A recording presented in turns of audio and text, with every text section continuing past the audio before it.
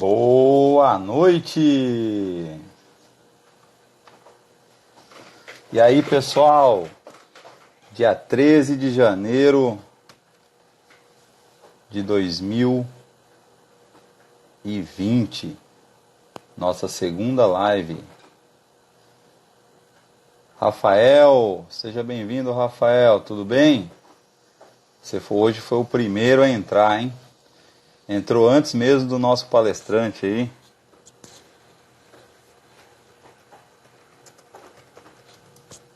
Bom dia, ô Guilherme. Muito bom tê-lo aqui com a gente também. Tudo bem, Guilherme? Sem grandes delongas, eu já vou convidar aqui o nosso amigo Ricardo.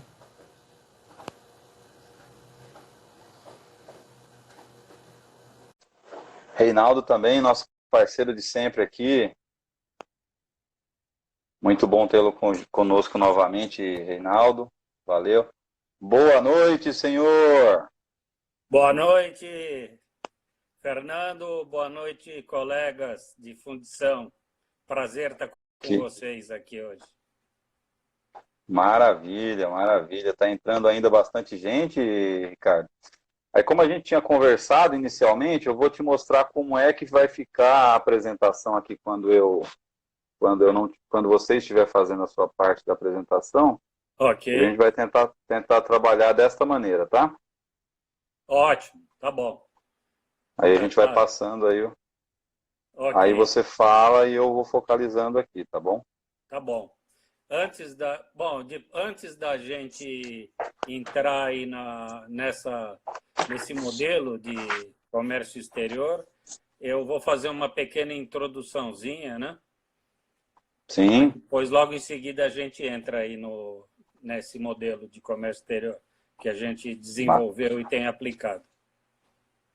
Maravilha. Só registrar aqui a presença também, além do Reinaldo e do Guilherme, do Melquisedeque de Galho, Kempis Andrade da Batatais, nosso parceiro aí, Serginho Lima, sempre presente aqui da Continental também, acabou de entrar, boa noite, bem-vindo, Sérgio.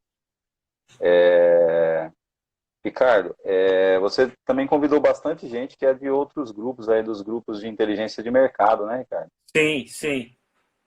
Convidei Legal. pessoas do grupo Inteligência de Mercado, que basicamente todas as pessoas são pessoas que estão atuando na área de expansão de negócios, né?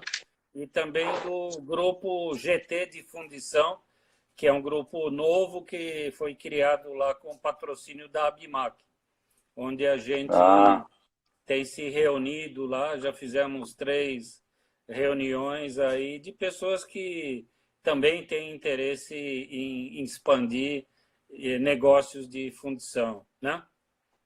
Que maravilha. Estamos aqui contando também com o Graciliano e com o Tiago Felipe.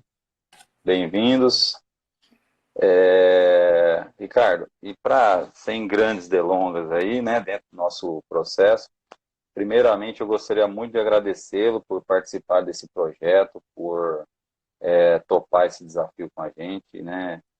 Muito, muito bom tê-lo aqui conosco, falando um pouquinho sobre todo esse processo, né?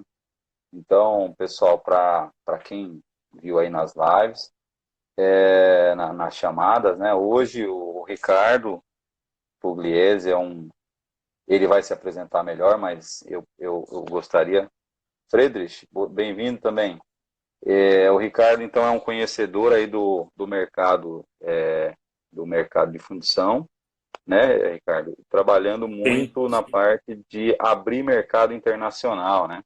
Então, ele vai Sim. explicar um pouquinho mais sobre o que faz a empresa dele e vai dizer, nesses anos todos de experiência dele, o que a gente pode aplicar no nosso dia a dia para as empresas que querem exportar. Ricardo, uma pergunta, aproveitando que entrou aqui o Friedrich da FZ Prime, que é uma empresa que trabalha com produtos para fundição, também o pessoal lá, o Anderson e mais o pessoal que é da ARM. Tudo isso que a gente fala do fundido, você entende que pode ser aplicado também para os insumos e os produtos tudo que nós vamos falar aqui de práticas e boas práticas? Você acha que pode ser? Entendo que sim, Fernando, porque na verdade, para mim, isso é uma relação de pessoas querendo comprar com demandas, né? Precisando desenvolver bons fornecedores e pessoas querendo fornecer os seus produtos ou serviços para essas pessoas. Então, na verdade, o que eu entendo como vendas e marketing num modelo moderno é você entender o seu cliente, entender as necessidades do seu cliente e se diferenciar para atendê-lo de forma competitiva, né? Sim, E competitiva num sentido mais amplo, não apenas por preço, né? Mas competitivo por qualidade, por relacionamento, por um diferenciação na atenção ao cliente, né? De entender o cliente, de conhecer o que o cliente precisa e fazer com que a sua oferta seja melhor do que a oferta dos seus concorrentes. A sim, diferença da exportação em relação ao Brasil é que o Brasil sempre foi um mercado muito fechado, né? Onde sim, você ficava de alguma maneira protegido, né? E o mercado sim, externo, nos mercados mais maduros, vamos dizer assim, tanto Estados Unidos e União Europeia, são mercados abertos, quer dizer, eles são receptivos a bons fornecedores, né? Estejam eles onde estiver. Uma coisa que sempre me maravilha. impressionou muito na área de internacional é que você chega na Europa ou nos Estados Unidos, mesmo empresas de médio porte, às vezes até de porte menor, e os caras compram e vendem para o mundo todo. Com certeza. Só aproveitar aqui antes de você começar a sua introdução, agradecer aí também a presença e falar boa noite aí para o pessoal do Conecta Refratários. Boa noite aí também para o Cleiton e para o Luciano Calesco, lá do Rio Grande do Sul. Obrigado aí pela presença mais uma vez. Também aqui, deixa eu ver quem mais que está aqui conosco. Marcelo Gonçalves. Muito obrigado, Marcelo, pela presença. Ricardo, e assim, de maneira geral, a ideia hoje aqui é a gente dar um panorama da sua visão, né? Uma palestra, então, a oportunidade aí de ouvir você falando um pouquinho mais. E a ideia é que você possa, né, nos dar mais esclarecimentos aí. Fique à vontade, a casa é sua. E eu vou transmitindo aqui as imagens. Por favor, me avise quando você quiser que altere as telas, tá ok? Ok. Muito obrigado. Bom, Fernando, primeiro eu quero te parabenizar pela iniciativa do projeto extremamente inovadora e oportuna aí para nós que militamos nesse mercado e que precisamos estar dialogando e expandindo aí nossos conhecimentos e boas ideias, né? Quero também te Sim, agradecer por ter me convidado a participar desse encontro, né? E sempre que eu tenho a oportunidade de falar sobre comércio exterior, é um prazer. Eu sou um evangelizador aí da importância para a empresa brasileira da gente participar do comércio exterior. E falo isso por experiência prática de quem já trabalhou para 5 empresas diferentes, abrindo o mercado a partir do zero e com resultados bastante positivos, né? Em todas elas.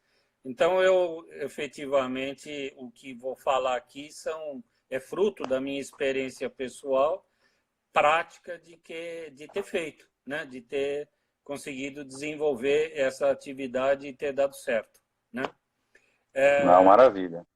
Bom, eu dividi assim a apresentação em duas partes primeiras. Uma primeira parte fala um pouquinho dos ganhos que eu entendo que existem para a empresa que resolve ir para o comércio exterior, né? E também, lógico, Certo. não tem só ganhos, tem algumas desvantagens, ou a empresa tem que se preparar para alguns compromissos que ela terá que assumir ao buscar isso, né? O, logicamente, o mercado internacional não é para quem está precisando de receita para pagar despesas de 2, 3 meses para frente, né? Esse é um trabalho de médio porte e tem que ser uma decisão estratégica da empresa, né? Eu vejo assim, as vantagens principais, a gente normalmente começa buscando novas receitas, né? Essa é a primeira ideia de buscar o mercado internacional. Então, quando normalmente as empresas iniciam essa atividade, quando a situação no Brasil não está muito boa, né? Mas, e logicamente, essa é uma boa oportunidade, né? Ou a principal, talvez, oportunidade. Mas, como um segundo aspecto, é que você passando a fornecer para mercados maduros, acaba fazendo com que a equipe aumente a estatura, né? Porque mercados maduros, de uma maneira em geral, são exigentes e ou você evolui e você se torna um bom fornecedor no nível de necessidade que eles têm dos outros fornecedores, ou você é jubilado do mercado, né? Então, para você entrar, você precisa se qualificar. E a minha experiência foi que toda empresa para quem eu trabalhei a partir do zero, depois de um determinado período de atuação, cresceu muito. Evoluíram em todos os níveis, desde os níveis de decisão, de gestão da empresa, até os níveis operacionais de engenharia, qualidade, comercial, administração de vendas, faturamento, etc. Né? Entendi. Um Quando outro você quiser que aspecto. passe o slide, eu passo para você, tá? Tá, ainda não cheguei lá, Fernando. Tá ótimo. Um outro aspecto importante é que a empresa evoluindo e se diferenciando, ela acaba se fortalecendo e em relação, inclusive, aos seus concorrentes que atuam só regionalmente, aqui com foco no mercado interno, né? Então, melhora, inclusive, a atratividade dela para conquistar novos negócios aqui no Brasil.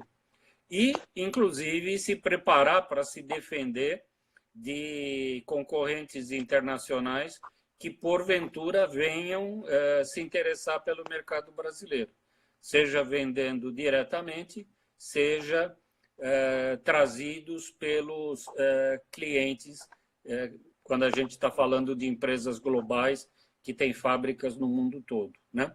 Agora, existem também desvantagens, né? Nem tudo é maravilhoso, né? A exportação, normalmente, pelo fato do Brasil ser um país que atua muito pouco no mercado internacional, nós somos pouco conhecidos de uma maneira em geral. Então, o custo para você entrar no mercado e se fazer conhecido, ele é relativamente alto e os resultados vêm de médio para longo prazo. Então, a empresa precisa estar disposta a fazer investimentos em viagem e material internacional, enfim, para poder se qualificar. Também, de uma maneira em geral, a concorrência é aberta, né? Tanto nos Estados Unidos quanto na União Europeia. Então, normalmente, a empresa é defrontada com concorrentes asiáticos, do leste europeu, países que competem pelo mesmo lugar ao sol que nós. E isso faz com que, em conjunto, a empresa tenha que investir em Lean Manufacturing, em aumentar produtividade para aumentar a competitividade, porque isso é chave de resultado. Fernando, essa era a primeira, para esquentar os motores aí, que eu queria colocar esses pontos. A gente agora podia ir em frente aí. Se puder passar. Tá bom. Só uma coisa interessante aí que eu gostaria de ressaltar, Ricardo, é que tanto o seu xará Ricardo, quanto o Reinaldo na primeira live, quanto eu em alguns momentos, a gente está sempre falando que o primeiro passo para ser competitivo tem a ver com Lean Manufacturing. Mas as pessoas acham, é uma palavra bonita, mas não. é simplesmente você ser mais eficiente, é você trabalhar e ter a certeza que a sua empresa está fazendo o máximo que ela pode fazer para entregar um produto de qualidade, não é isso? Sim, exatamente. Eu Tá. participei da palestra anterior com o Camilo e fiquei com inúmeras vezes vontade de interferir e dar minhas as situações que eu vivenciei, né? Trazendo clientes internacionais para nos visitar em função de problemas que nós temos na parte de processo industrial ou na parte de engenharia. Isso tudo são custos que hoje são difíceis de serem repassados para o mercado que é aberto, que tem um conhecimento muito claro do nível de preço internacional, né? E o que acaba Claro, claro. acontecendo, se a empresa não consegue repassar, ela vai para a perda de margem de contribuição, né? Que também não é Sim, bom ninguém ir para fora, para o mercado, e sem rentabilidade. Tem que ir com rentabilidade, né? Um outro maravilha. aspecto importante que eu não comentei, mas que merece ser comentado, é que não seja montada uma estratégia levando em consideração a variação do câmbio, porque ora está favorável, ora está desfavorável, e a empresa não tem nenhum domínio nisso. O câmbio varia em função de aspectos de políticas macro e microeconômicas que a empresa não tem competitividade. Então, entrar no mercado externo aproveitando uma onda favorável é uma má decisão, porque num ciclo futuro poderá representar uma perda de competitividade e todo esforço que foi feito ser perdido. Sim, sim. Vamos lá? Vamos lá, Fernando. Vou passar aqui então. Então, isso aqui é um pouquinho da sua apresentação, né? Assim, só rapidamente, eu tenho hoje um escritório de consultoria e gestão de vendas B2B e comércio internacional, né? E a minha experiência com exportação começou no início dos anos 80. Eu trabalhei como diretor comercial e representante para 3 empresas de microfusão. Trabalho atualmente para uma quarta e também fui diretor comercial de uma fundição de alumínio. E agora, com o escritório que eu tenho, a gente também tem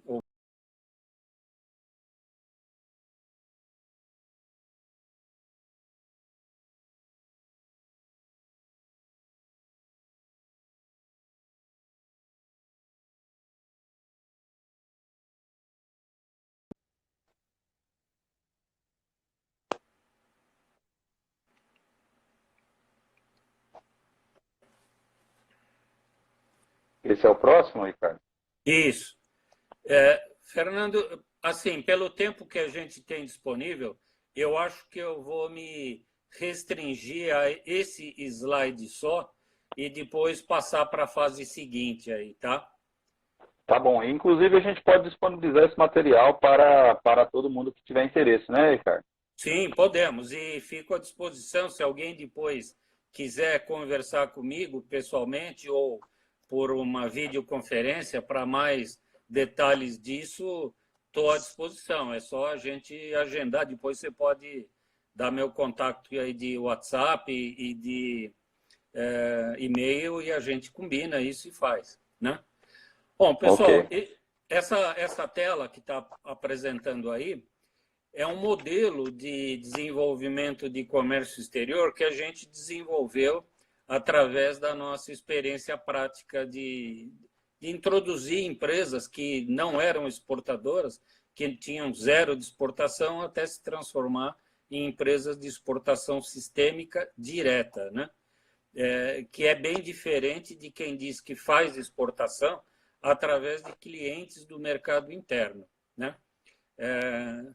O resultado é que, quando você vende para uma empresa do mercado interno e exporta, o esforço de mercado é do seu cliente, né?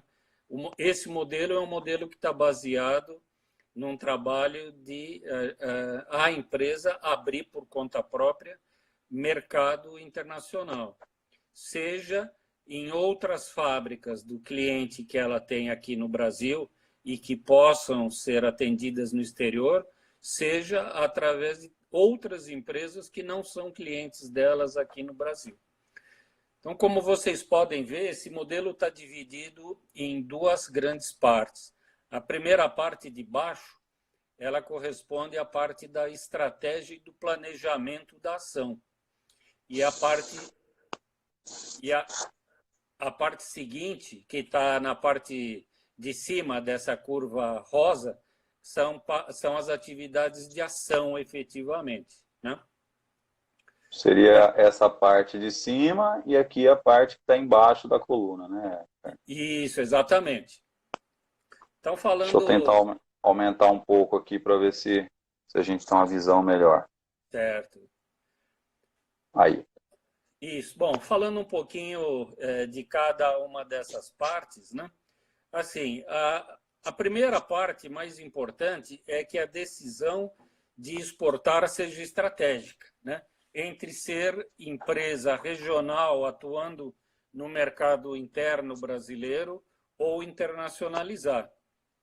Isso normalmente não deve ser uma decisão avulsa de uma pessoa, mas é importante que haja uma conscientização e um envolvimento das principais lideranças da empresa para que isso dê certo, né?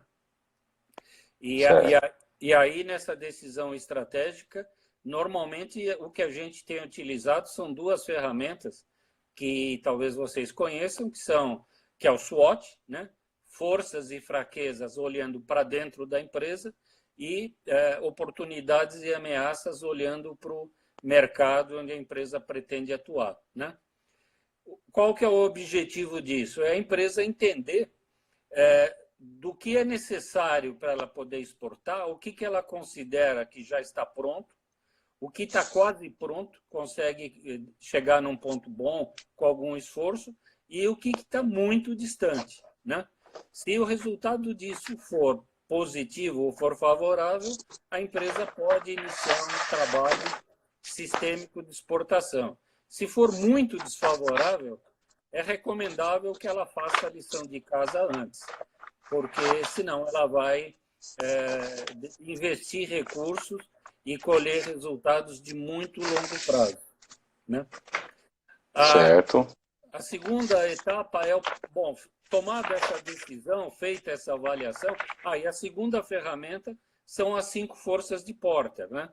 Quer dizer, quem são os concorrentes, quem é o mercado, qual é a pressão dos clientes compradores, existe possibilidade dos produtos que ela está se propondo a fornecer serem substituídos por outros e assim por diante, né? E do mesmo jeito que o SWOT, esse resultado dessa avaliação preliminar tem que dar, de alguma maneira positiva, para que valha a pena a empresa seguir em frente. Ou então ela tem que se preparar antes de ir para frente, e a partir do que ela identificou como gaps, né, que ela precisa suplantar. Feito isso, na sequência vem o plano de internacionalização, né, que é definir quais são os produtos que eu quero exportar, né? Onde eu considero que eu tenho mais competitividade, o que eu tenho domínio, o que eu me diferencio, né? A seleção do mercado, quem é que vai da equipe cuidar disso, né? Na verdade, são 4 grandes pilares para fazer essa definição, né? O porquê, por que eu vou exportar, para quem, né? Uma definição de quem é o cliente, quem são as peças, qual é o mercado geográfico falando, né? Quais são os volumes, são grandes séries, são pequenas séries, são médias séries, né? A parte do quem, né? Quer dizer, quem são as pessoas que vão participar desse projeto, se haverá alguém internamente que fará a gestão desse projeto, na parte de equipe de engenharia, de produção, quem são as pessoas que vão ser treinadas, né? Existe alguém que tem o domínio de uma língua estrangeira? Porque toda a comunicação tem que ser feita na exportação, a língua oficial é o inglês, né? Então, as pessoas têm que estar preparadas para se comunicar, escrito, falado, enfim, em inglês, né? E aí, feito isso também, como detalhar, como ingressar e marcar presença nos mercados internacionais, né? Pensando que, de uma maneira em geral, quando a gente chega ao exterior, e você vai perguntar para um cliente potencial, o que ele pensa como um novo fornecedor desenvolvido num país low cost country, que é de baixo custo, o que vem na cabeça dele é China, Índia, Oriente, Europa Oriental, né? Dificilmente ele vai pensar no Brasil como uma alternativa, né?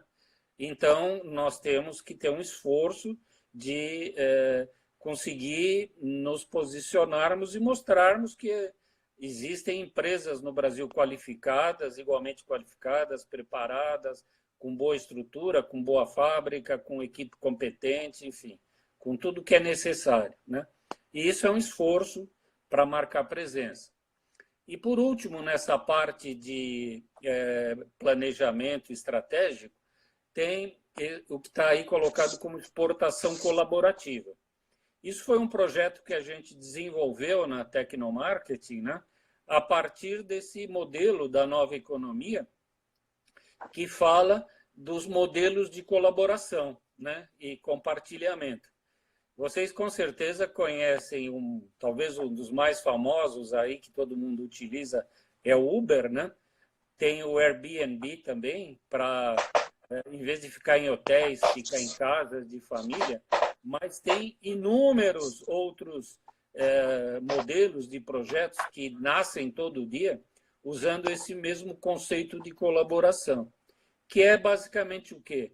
A partir de uma estrutura compartilhada, compartilhando esforços, né? Compartilhando custos, compartilhando conhecimentos, um alavancando o outro, se conseguir conquistar o mercado, algum lugar ao sol no mercado internacional com menos esforço, né?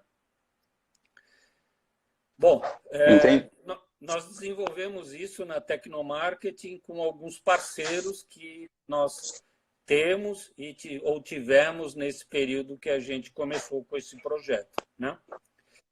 Fernando, fazer um breaking aí, perguntar se tem alguma coisa aí, se está claro, estou no ritmo adequado, se alguém quer perguntar alguma coisa, você quer fazer alguma consideração? Sim, eu quero só, em primeiro lugar, falar aqui quem está com a gente agora, quem entrou depois, o Eduardo Jamini, a Morgana, o Robson Barbizan, parceiro nosso aqui, o Eduardo Carrara e também a Vera Vassoler, o Bruno Chadec, o Matheus também está aqui com a gente, o Victor Fernandes, Rossano, o Marcos Lima e teve uma curiosidade aqui por parte do Wagner, ele perguntou se a empresa que você tinha trabalhado de microfusão tinha sido a Açotécnica. Não, eu trabalhei para a Fupresa, depois trabalhei para a Microinox, que virou Lupatec, trabalhei para a Sulmac e hoje trabalho novamente para a Lupatec, mas não a Microinox, a divisão lá em Veranópolis, que antes era uma microfusão que atuava só internamente no grupo Lupatec. Para a Açotécnica eu tive uma passagem relâmpago lá, muito curta, quando eu saí da Lupatec Microinox, fui convidado para ir lá para a Açotécnica, mas foi coisa assim de, sei lá, 3 meses, 4 meses, por aí. O Luciano aqui, nosso parceiro também aqui, que está sempre conosco, o Luciano Calesco, está perguntando, dos que estão aqui na live, quantos exportam? Quais as empresas que exportam? O pessoal da FZ Prime já falou que exporta. Alguém mais quiser colocar aí na timeline aí, pode colocar que a gente vai, ao longo da nossa conversa aqui, a gente vai falando. E é importante essa visão, né? Porque, Ricardo, eu tenho no meu plano de crescimento aqui do canal também,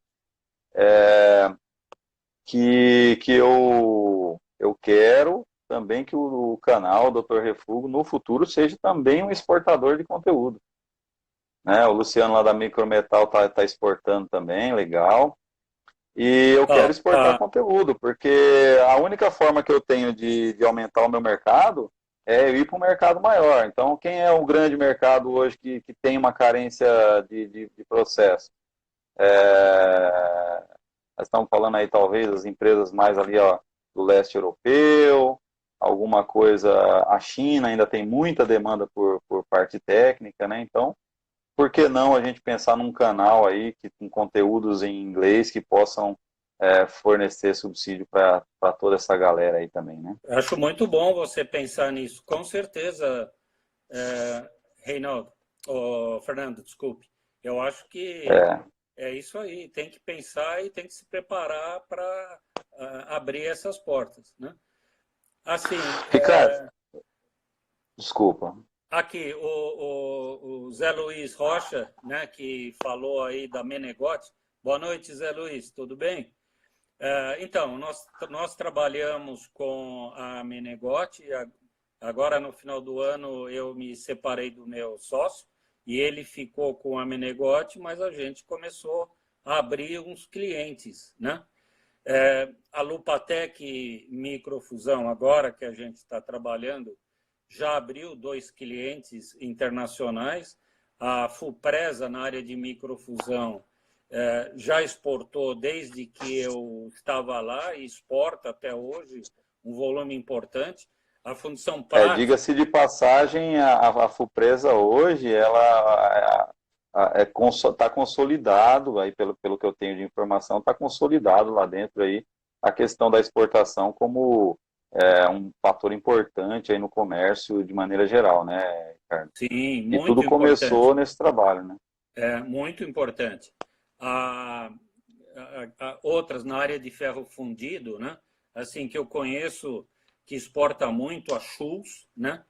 A Fundimig também exporta um volume grande. Na área de aço, Eletroaços Altona. A Italbronze exporta coisa de 70%. Engemasa exporta muito também, né? A Pessoal própria pessoal da Fainox, né? A Fainox está exportando muita coisa para o mercado do Oriente Médio, mercado da Rússia, né? Mercado mais focado aí na parte de aços especiais, né? A Então, própria Microinox exporta também, enfim, tem uma série de empresas que exportam, né? Certo. Nós estamos chegando aqui a 9h30, que é o horário ali do meio do processo, e eu queria já não dá para a gente adiar algumas perguntas. Manda A ansiedade vem, Ricardo. Eu queria que você aproveitasse esse momento, que eu acho importante. Vamos pensar o seguinte, eu sou um canal pequenininho, que pode ser refletido também para uma condição pequena e média, e a ideia é o seguinte, quais que seriam hoje, se você tivesse que falar 5 passos para uma empresa que nunca exportou, nunca pensou em exportar, quais seriam os 5 primeiros passos que ela teria que dar nesse sentido? Ok. Bom, primeiro de todos eles é juntar o pessoal que faz parte do grupo de liderança, decisão e estratégia da empresa e alinhar se está todo mundo de acordo que deva exportar e estabelecer aquilo que eu chamei de pontos positivos e negativos para que isso não seja um voo de galinha, né? Ou um tiro curto.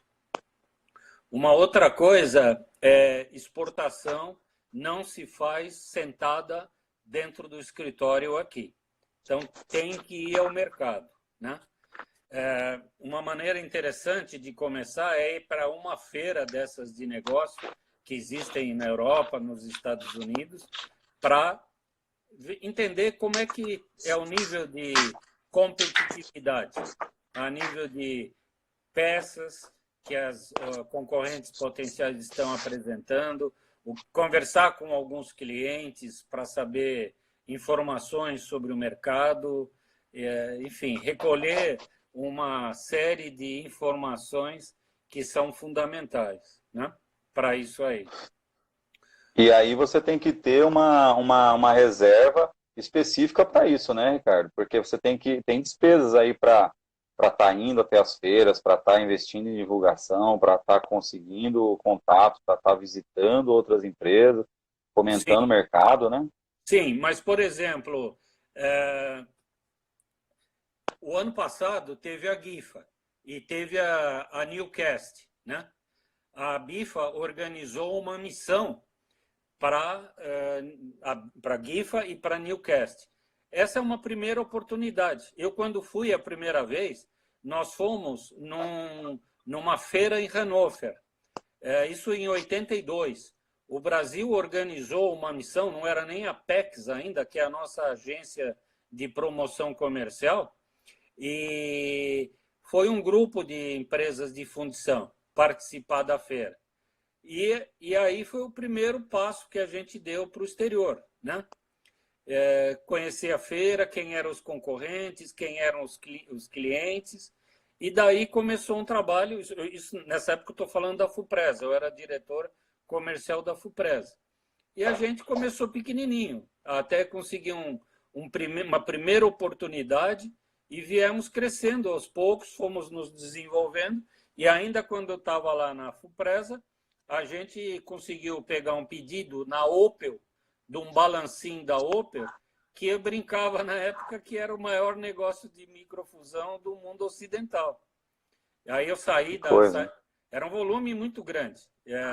Aí eu saí da FUPRESA e depois a FUPRESA desenvolveu, teve esse projeto por muitos anos, chegou a fornecer 160 mil balancinhos por mês.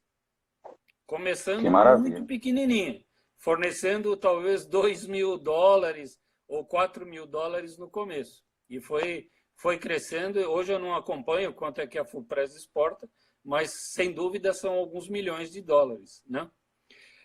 Um outro aspecto importante é o domínio do idioma, né, Fernando?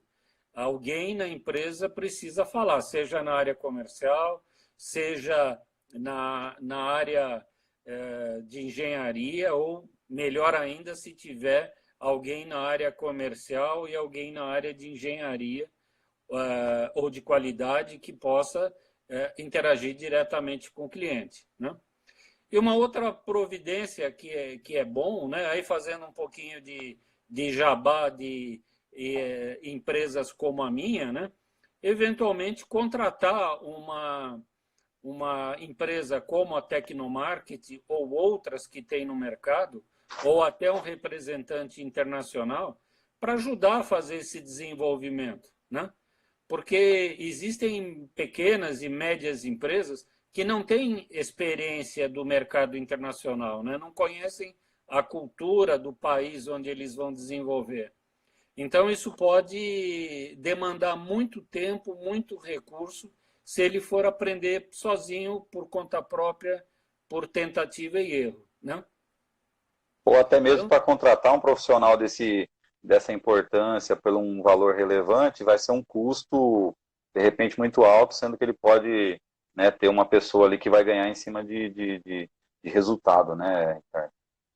daí que surgiu essa ideia justamente da exportação colaborativa nossa, né? Para que a gente dividisse esses custos entre várias empresas, né? Então, assim, não ficava muito pesado para nenhuma delas e todas se beneficiavam, né? Do aspecto de custo, além da sinergia de uma abrir porta para outra e assim por diante, né? Sim. O Wagner fala assim, para exportar tem que ter muita qualidade. Imagine se tem um refúgio. Se tem um refúgio, ok, né? Imagina. Mas Então, assim, assim, a questão da qualidade ela é muito relativa, né, Ricardo? Porque você tem que entregar para o cliente, uma coisa que a gente sempre fala, que tem que entregar para o cliente, a gente falava com o Camilo, né? o que o cliente quer de qualidade. O É, importante para o cliente é a gente atender o requisito do cliente, porque às vezes ele quer um produto que tem uma qualidade intermediária que tem um preço excelente. E às vezes ele é, não se importa em pagar mais caro desde que tenha uma qualidade absurda. Então, é, na verdade, tem que atentar ao requisito do cliente, né? é. Eu vejo assim, Fernando, se a empresa tem qualidade para entregar aqui no Brasil, não tem muita diferença de entregar lá fora, né? Se ela, nesse levantamento que ela fizer do cliente, ela entender exatamente o que o cliente quer, né? E entregar o que o cliente quer. Mas se ela não tem grandes problemas para entregar aqui no Brasil, ela não vai ter grandes problemas para entregar lá fora também. Um outro aspecto interessante que eu sempre oriento as empresas é procurar entregar ou CIF, que é custo, frete e seguro, no porto, no mercado de destino, né? E para isso existem empresas internacionais de logística que são excelentes parceiros. Então, se você é pontual aqui no Brasil e levar em consideração o que a gente chama de transit time, que é o prazo entre tirar a mercadoria da sua expedição e colocar no porto, né, acrescentar isso, você vai ser igualmente competitivo e não vai ter problemas logísticos se você tiver um bom parceiro. E existem diversas empresas que são muito consideradas e se você escolher bem, ela pode inclusive te alavancar a abertura de um cliente. Isso acontece várias vezes com a gente quando a gente apresenta o nosso principal parceiro, que é uma empresa renomada. Estou vendo aqui que o Luciano está perguntando sobre preço. Não, o preço é, sem dúvida, tanto lá quanto aqui, um componente hoje fundamental, né? Se você não tem preço, dificilmente você consegue entrar no mercado, né? O Luciano fala que é imprescindível ter qualidade, preço e ter. É que você pegou só a última parte, né? É imprescindível ter preço, qualidade, prazo para atender aí o mercado, né? Sim. Então, com relação ao preço, a minha experiência assim é o seguinte: o Brasil está preparado para atender pequenas e médias séries. Grandes séries normalmente demandam linhas totalmente automatizadas, que são muito poucas empresas no Brasil que estão preparadas para isso.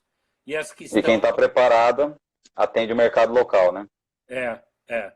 E assim, a minha recomendação é atuar em nichos, né? Encontrar os nichos onde você é competitivo. Imagina que o tamanho do mercado, seja norte-americano ou seja o mercado da União Europeia, né, é proporcional ao que cada uma de nossas empresas pode atender. Então, se você, nesse trabalho inicial de entender os nichos e encontrar um nicho onde você é competitivo, o seu preço vai ser competitivo, você vai ter competitividade. Agora, não dá para dizer que você vai ser competitivo em tudo quanto é mercado. Por exemplo, eu faço já há alguns anos um trabalho para uma empresa chamada Le Bellier, que é uma empresa francesa que tem estudado o mercado brasileiro para fazer um investimento aqui. Essa empresa fatura hoje 400 milhões de euros. Tem 12 fábricas no mundo todo. Eles atuam basicamente em três mercados, que são cilindros mestres e calipers de freios, a carcaça do turbocompressor, e essa é uma empresa que fornece peças de alumínio coquilhado, né? E as peças de suspensão dianteira. Ela não atua em genericamente Três. três mercados. Três mercados. Ela entendeu já há vários anos que essa era a única maneira dela ser altamente competitiva e rentável. E é uma empresa com capital aberto na Bolsa em Paris, que tem um resultado de EBITDA de 14%, 15% todo ano. Muito bom. Mas ela entendeu há vários anos que não poderia ser generalista de atender qualquer tipo de peça, que ela não teria capacidade de fazer investimentos, e ela atua com grandes séries, né? Então ela é totalmente robotizada, totalmente automatizada, mas atua dessa maneira. Ou seja, Entendi. escolheu nichos, ela definiu nichos e falou: nisso aqui nós vamos ser bons, e vamos ser imbatíveis, e vamos dominar o mercado. Entendi. Mas deixa eu só completar uma coisa aqui, que você chamou o nosso amigo João Paulo Rocha de José, de José Zé alguma Luiz, coisa. Zé Zé Luiz. Luiz. Então é o João Paulo Rocha, nosso parceiro aqui desde os primeiros Ah, encontros aí. Desculpa aí.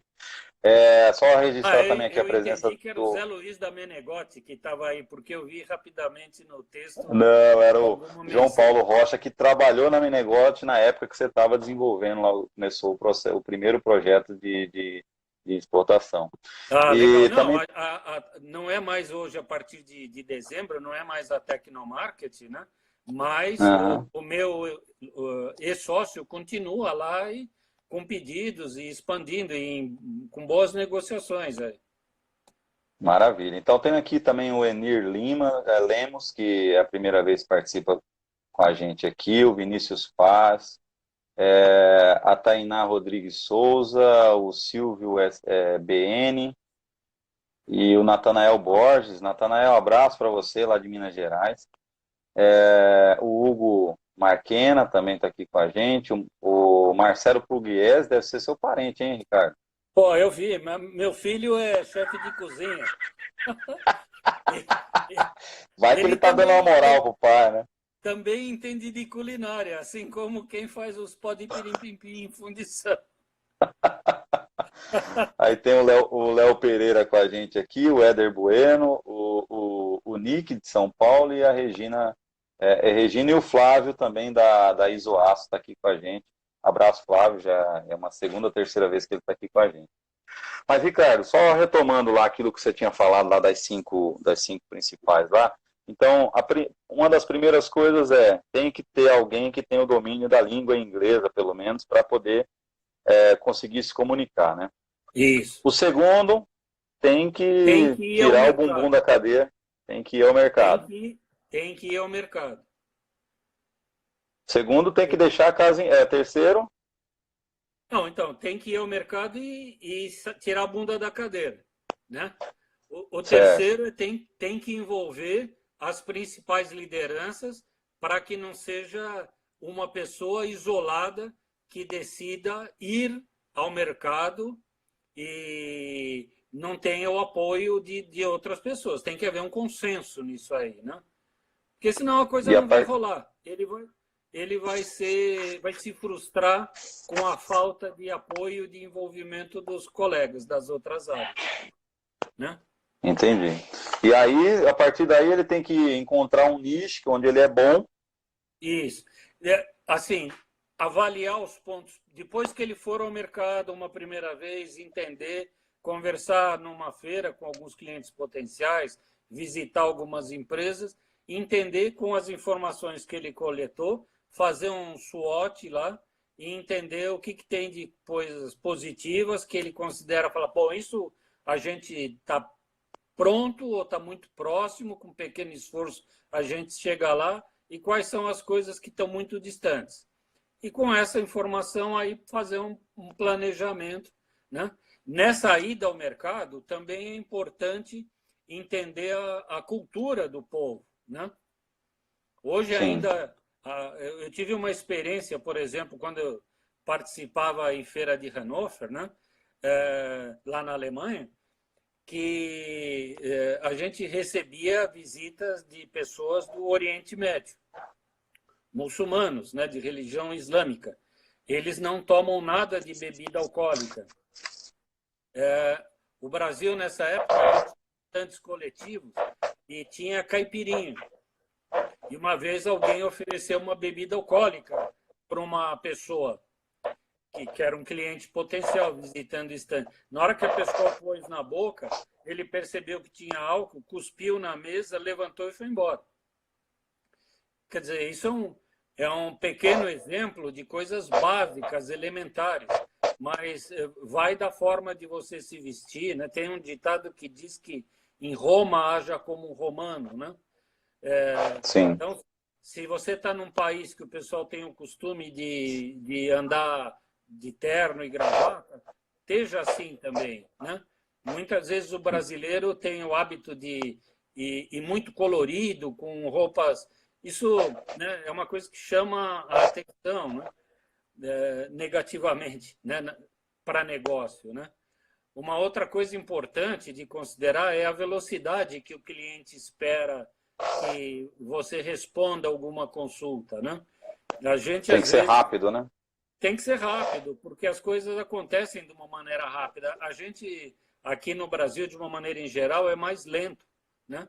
Então, demora, às vezes, o cara te manda um e-mail ou manda hoje um WhatsApp, quando isso funciona. O WhatsApp hoje funciona quase como se fosse um telefonema, né? Você Perfeito. não pode dar sinal de vida 3, 4 dias depois, né?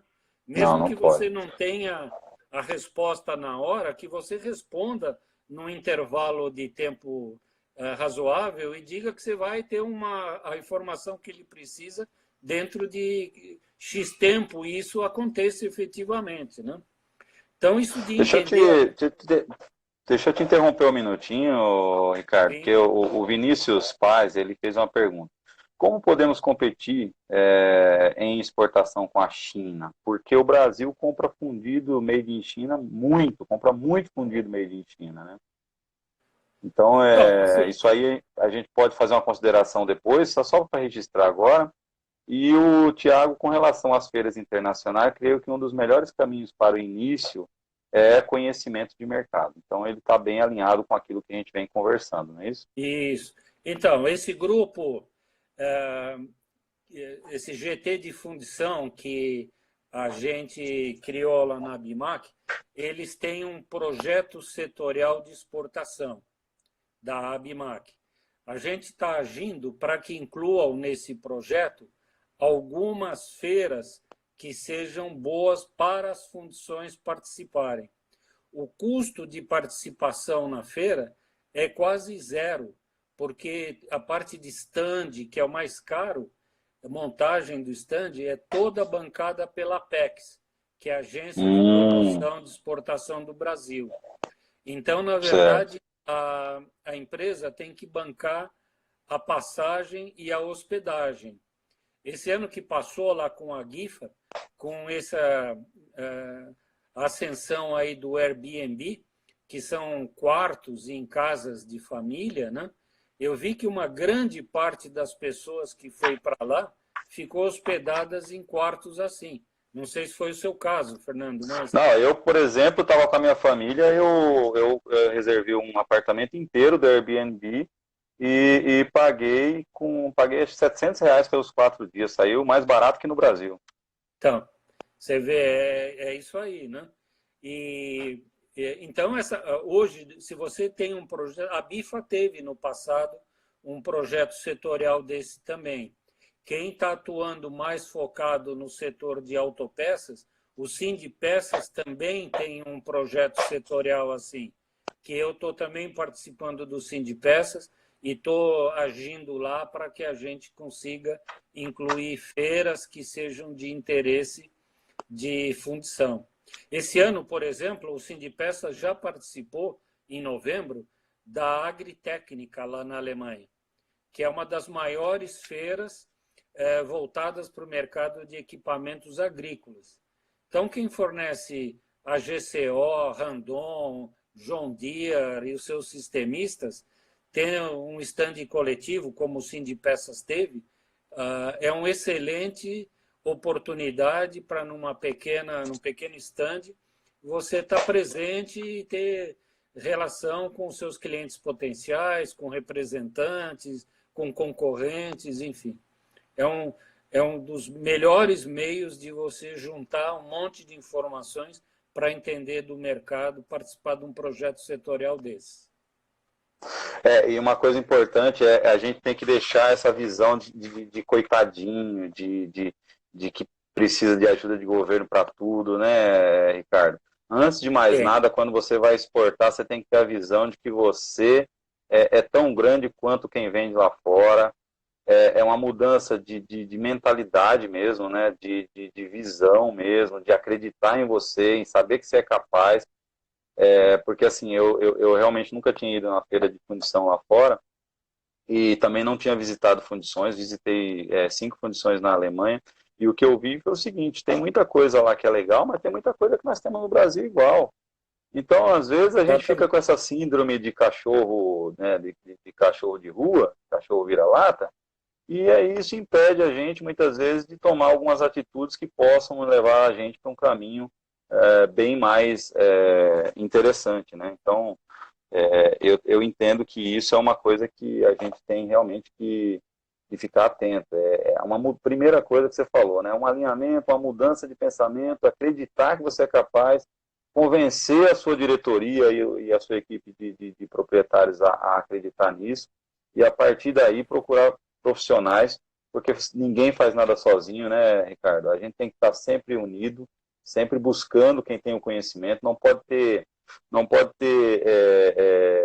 dó de investir, porque quando você fala que você quer exportar e você está contratando uma empresa que tem know-how para isso, você não está gastando, você está investindo. E o retorno é gigante, porque tudo aquilo que você poderia ter de dor de cabeça, de quebra, de quebrar a cara, muitas dessas coisas você já vai automaticamente eliminar ou evitar, né? Então, eu entendo Sim. que isso é um ponto crucial. Como você falou, né? É lógico que a gente está aqui, que a sua empresa é uma empresa do mercado, mas tem um mercado gigante e não dá para ser com o Ricardo, que seja com Tem uma outra vários profissionais que empresa. têm experiência. E, exatamente. Mas assim, o mercado de fundição, eu entendo que a gente peca muito nisso, porque hoje você pega um cliente com o mercado do jeito que está, e o dólar do jeito que está, a situação está muito benéfica. Se a gente tiver um pouco de lição de casa, eu acredito que a gente vai ter um potencial grande para exportação, para ter produtos, né? Eu lembro muito bem, aproveitando aqui o embalo, que eu estava lá, me chamou muita atenção que tinha muito indiano com stand lá na GIFA, alguns com stands majestosos, alguns com stands que você via que era igual aos stands aqui de canto de parede, mas estavam lá.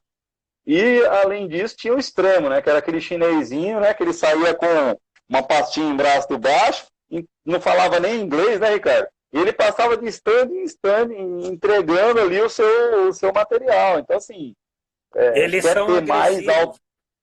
quer Eles ter são mais agressivos. autoconfiança do que isso, né? Esses caras, bom, não é à toa que eles são comerciantes internacionais milenares, né? Mas eles são agressivos, eles vão à caça de cliente, te pegam, te agarram no corredor da feira. E isso que você falou, Fernando, foi uma coisa que me incomodou muito, essa falta de autoestima do brasileiro, dessa falta de confiança, que a gente tem empresas tão capacitadas quanto, algumas vezes, mais capacitadas ainda, né?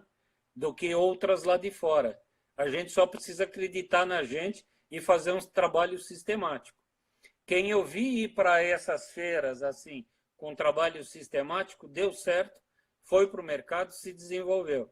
Agora, quem fez um voo de galinha, foi para uma feira, sumiu do mercado, nunca mais deu as caras, só gastou dinheiro para ir para uma feira, né? É Então, essas verdade. coisas são diferenciais, né? Nós estamos chegando aqui no minuto final. Pessoal, o pessoal queria que a gente fizesse aqui um balanço de quem exporta, quem não exporta, quem tem interesse, mas aqui nesse minuto final o tempo passa muito rápido, acho que não vai dar tempo aqui.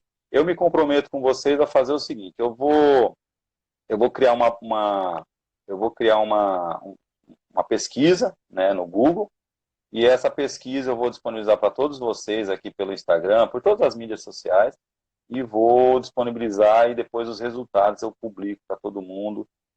Quem tem interesse de exportar, quem está buscando ajuda, quem quer saber mais informações. Quem quiser saber mais informações, @Ricardo Pugliese está aqui, né, ele participando com a gente. Nós temos 30 segundos para encerrar. 10 segundos para você, Ricardo. Bom, primeiro agradecer e parabenizar de novo, Fernando. A gente se entusiasma com esse tema aí, que é um tema, para mim, fascinante, eu acredito no nosso potencial e me coloco à disposição. Aí, quem Tá bom. quiser... Valeu, pessoal. Obrigado.